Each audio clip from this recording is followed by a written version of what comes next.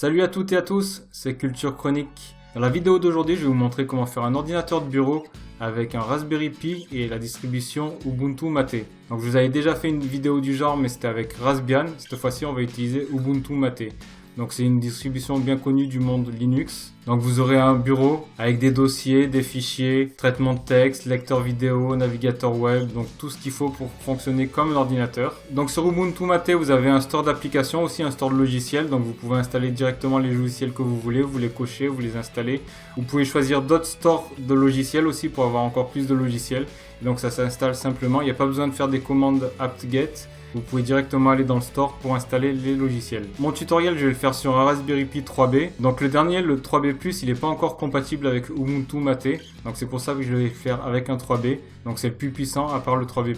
Donc pour ceux qui ne le connaissent pas encore, le Raspberry Pi, c'est un nano-ordinateur qui est tout petit et qui permet de faire pas mal de choses. On peut faire un ordinateur de bureau, un media center, une console de jeu rétro gaming, un NAS, un robot. On peut faire un miroir connecté, des drones. On peut faire des choses les plus compliquées aux plus simples. Donc aujourd'hui, on va faire quelque chose de simple, un ordinateur de bureau. Le matériel nécessaire, il va falloir un Raspberry Pi. Donc moi je conseille le 3B justement pour ce tutoriel en attendant que le 3B+ soit compatible. Une alimentation micro USB de 5 volts et d'au moins 2,5 ampères.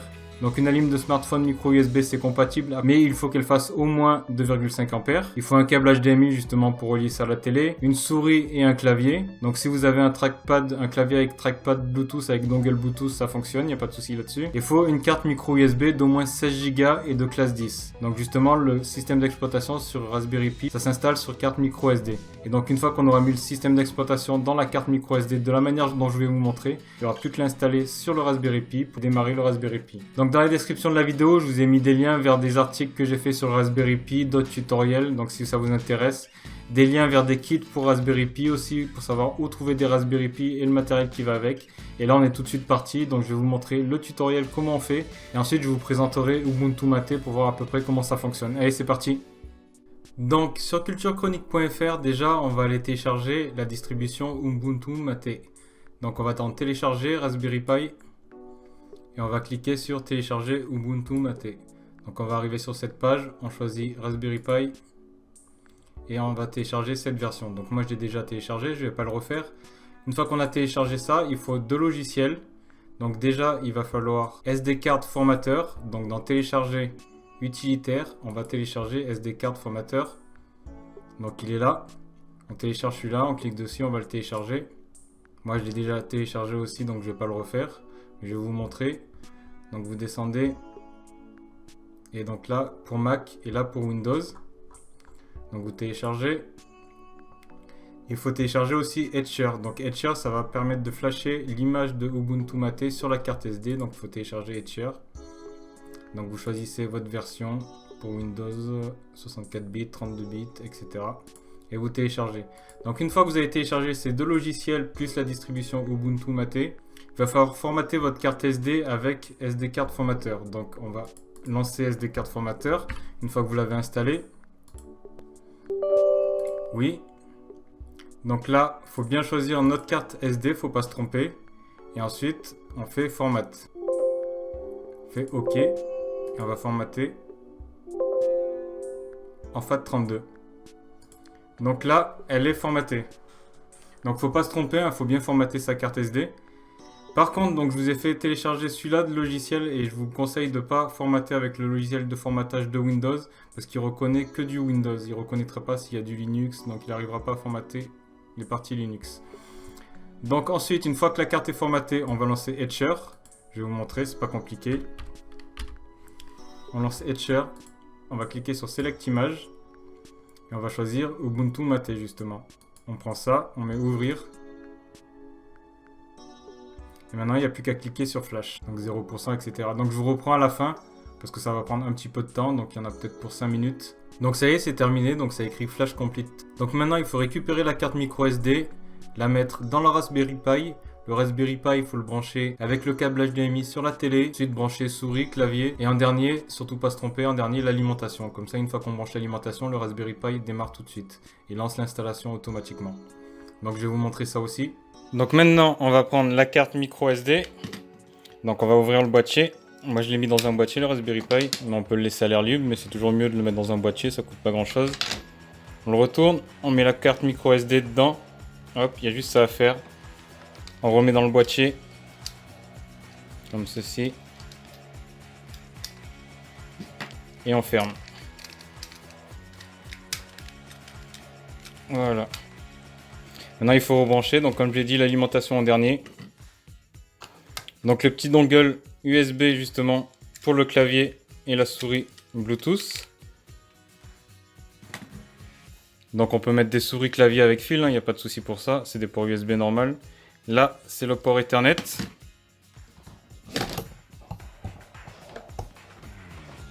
Je vais brancher le port Ethernet pour le relier à Internet. Mais il y a le Wi-Fi aussi, donc il n'y a pas de souci si vous avez que le Wi-Fi. Donc ça, c'est bon. Ensuite, le HDMI pour le brancher sur la télé. Donc ça, c'est OK. Et en dernier, l'alimentation. Donc si vous avez un écran, vous pouvez le brancher sur un écran, mais le mieux c'est sur une télé en général. La plupart des gens l'utilisent sur une télé. Donc l'alimentation du micro USB, comme ceci, comme du smartphone. Comme ceci. Et ensuite, une fois qu'on le relie au secteur, ça va démarrer tout de suite. Donc immédiatement après avoir branché le câble d'alimentation, l'installation se lance toute seule. Donc ça prend pas trop de temps dans un premier temps.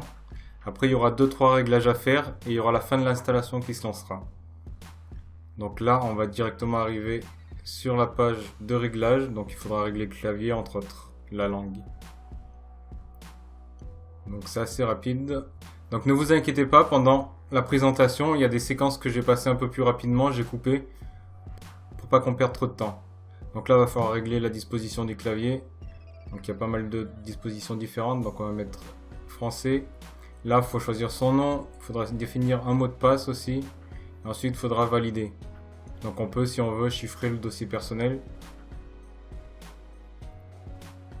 Là, on va partir directement sur Ubuntu Mate. Donc là on y arrive dessus, donc c'est le menu principal comme on voit. Donc il y a pas mal de trucs, là on peut aller chercher les logiciels. Donc c'est un store d'applications, un store de logiciels, donc il y a des logiciels dans tous les genres. Internet par exemple pour des navigateurs web, comme par exemple Chromium, qui est comme Chrome en fait, mais c'est la version libre de Chrome. Donc il y a pas mal de logiciels, des jeux, des logiciels vidéo comme VLC, comme pas mal de choses différentes. Donc il y en a énormément. Si vous voulez, dans le store d'applications justement, il y a d'autres stores, vous pouvez installer d'autres stores d'applications pour avoir plus d'applications. Là, on peut aller sur Firefox, justement, navigateur web. Après, pour ce qui préfère, il y a Chrome. Donc vous voyez, ça marche comme un ordinateur normal. Ensuite, on va fermer ça. Je vais vous montrer d'autres trucs encore.